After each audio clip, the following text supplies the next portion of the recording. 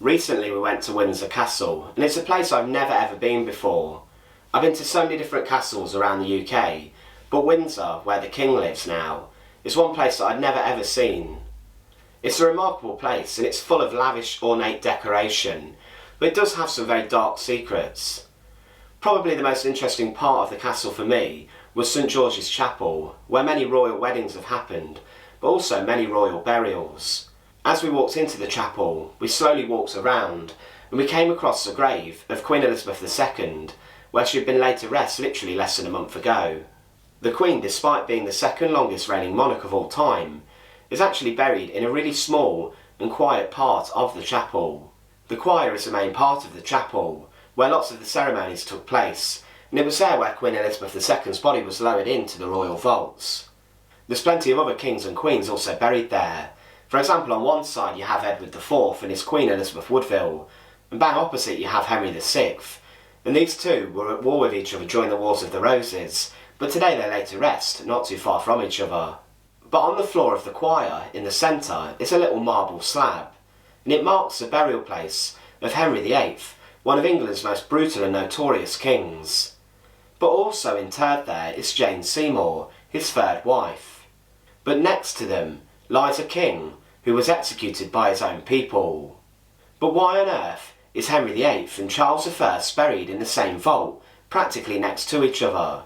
It's actually quite a sad story, and neither man probably intended for them to be buried inside of Windsor, let alone next to each other. Welcome to Learn With Me, and join us today as we look at why Henry VIII is buried next to an executed king. Remember, as always, to support our channel, please click the subscribe button down below. So inside of the choir, in this particular royal vault underneath, lies Jane Seymour, Henry VIII, Charles I, and a stillborn daughter of Queen Anne. The first to be interred there was Jane Seymour, the third wife of Henry VIII.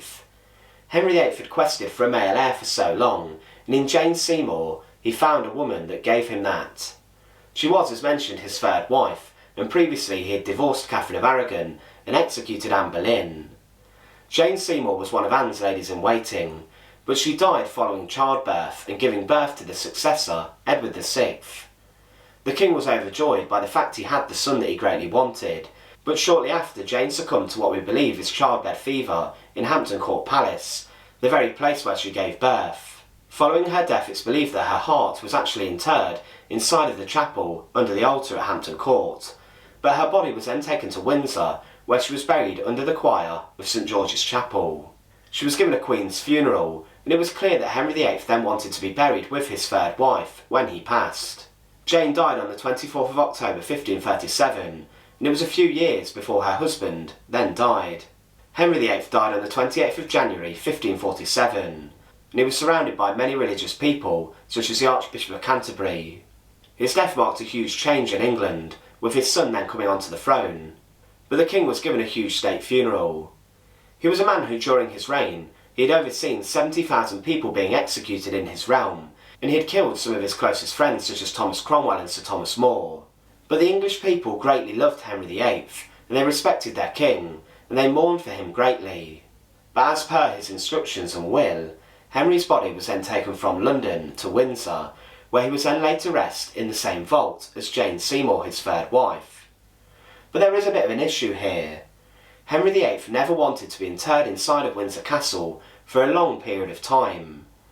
Today, 500 years later after his death, he still remains under the floor of St George's Chapel. He actually commissioned during his reign a huge tomb to be built for him, which would commemorate himself and Jane, and it would have had a huge gilded statue on top of him on top of a horse. It would have cost millions to make this tomb, but ultimately he died before it was finished. If it had been finished, it would have been the grandest tomb that anyone would have seen across England. So Henry was buried with Jane in a temporary vault, but the plan was clear. After his death, Edward VI was to finish the tomb, and then reinter his body from Windsor inside of the tomb, inside of Westminster Abbey presumably. It's likely he would want to have been interred with his father and mother inside of the Henry VII Lady Chapel. So the fact Henry VIII still lies at Windsor is quite a contentious issue, as it's not really what he wanted, and it's not the instructions he gave for when he died. But then his remains were joined inside of that vault by one of England's most controversial kings, Charles I. Charles I was a man who was seen as tyrannical by many people, and he declared war on Parliament as they refused to support his ideas. The English Civil War was the most bloody conflict that occurred on English soil.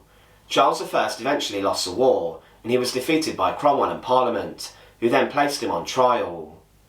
On a cold January morning in 1649, he was led through the window of the banqueting house at Whitehall, and he was there met by an executioner on a scaffold. There was a huge crowd there that day to witness the proceedings, and in one swift blow from the axe, the executioner took the head off of the king. But many people, including Cromwell and Parliament, were very worried about what would happen after the king's execution. For example, they even blew up many castles to prevent them being used again by a military force that would rebel against the Parliament. They also wanted to prevent Charles I from becoming a martyr, and also a sign of rebellion. Because of this, they did not really know what to do with the king's body. They did not want the king's burial site to become a place of pilgrimage, and because of this, they removed the coffin from London to Windsor. Windsor was seen as a much quieter and less rebellious part of the country, and Parliament saw this as a perfect place to quietly bury Charles I. Inside of the choir of St George's Chapel, the flagstone was lifted where Henry VIII was buried, and then Charles's coffin was lowered in as well. But in the 1800s, construction work occurred at St George's Chapel, and they accidentally stumbled across the body and the remains of Charles I. The executed king was literally laid to rest next to Henry VIII and Jane Seymour. They really did not expect to see Charles's remains there, and they confirmed it was his, and that his head, which had been taken from his body, was also inside of the coffin. So the reason Henry VIII is buried next to an executed king is not because they were both poor leaders or tyrants or anything like that. It's pure accident and chance. Henry VIII never wanted to be buried and interred inside of St George's Chapel for long, but 500 years against his wishes, he is still there today. And Windsor was seen as a perfect place to inter a king who was disgraced, as it was much quieter and there was less chance of rebellion occurring there. So this is the only reason why Charles I was then buried next to Henry VIII, pure convenience and chance. But this is very interesting, as two of the most notorious kings of England are today still lying in rest next to each other. Thanks for watching. As always, to support our channel, please click the subscribe button down below. Thank you as always for watching, and have a great day.